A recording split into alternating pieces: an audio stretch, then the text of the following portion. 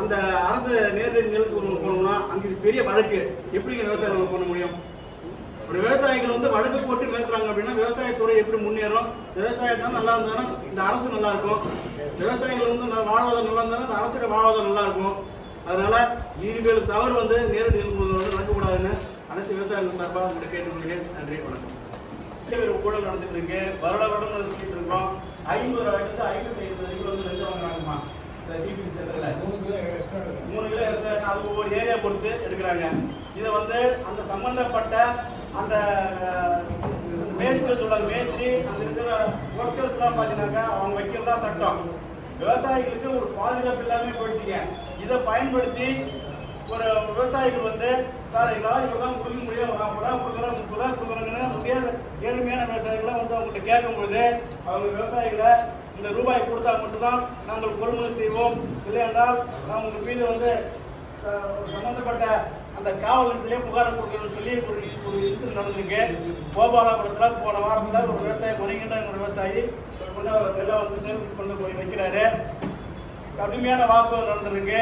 அதில் வந்து இவர் மேல வந்து ஒரு பொய் புகார் கொடுக்கிறாரு. காவல் நிலையத்தில், கம்மாபுரம் காவல் நிலையத்தில் பொய் புகார் கொடுத்து அந்த புகாரின் மீது சிஎஸ்ஆர் பதிவு செய்திருக்கிறார்கள் காவல்துறையினர். இது நாங்கள் வந்து எங்க விவசாய சங்கம் சார்பா மன வேதனையா இருக்கு.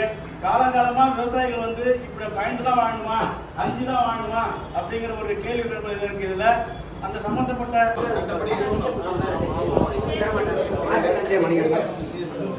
விவசாய விவசாய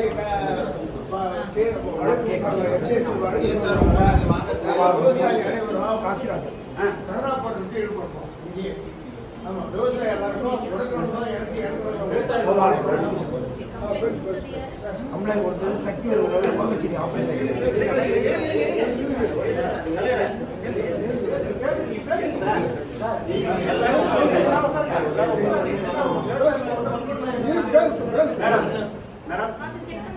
நேரடி நெல் கொள்முதல் மூலமா நம்ம மாவட்டத்தில்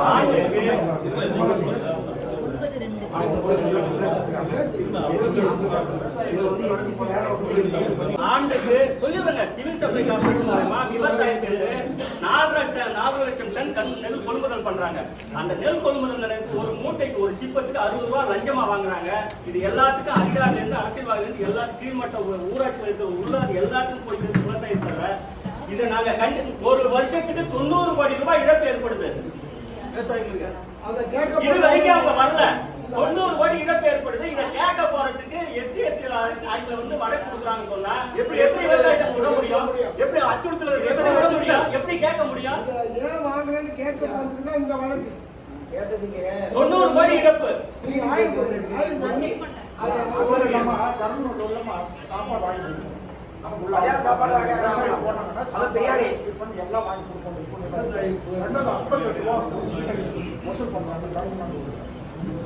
இந்த இஷ்யூ வந்து நாங்க வந்து கவர்னர்ட்ட கொண்டு போறதுக்கு அப்பாயின்மெண்ட் கேட்டுட்டு இருக்கோம். இந்த இஷ்யூ வந்து நாங்க வந்து கவர்னர்ட்ட கொண்டு போறோம். ஆண்டுக்கு கொண்டு போய் நாங்க ஒரு கலர் மாவட்டம் பண்றோம். சரி, நாங்க பணம் கொடுத்துட்டு இருக்கோம், பிச்சை போட்டுட்டு இருக்கோம். அது போய் ஒரு வழக்கு கொடுக்குறாங்கன்னா அப்ப விவசாயி வந்து எப்படி வெளியில வருவாங்க? நீங்க கேளுங்க மேடம், கேட்டு நடவடிக்கை எடுக்கணும்.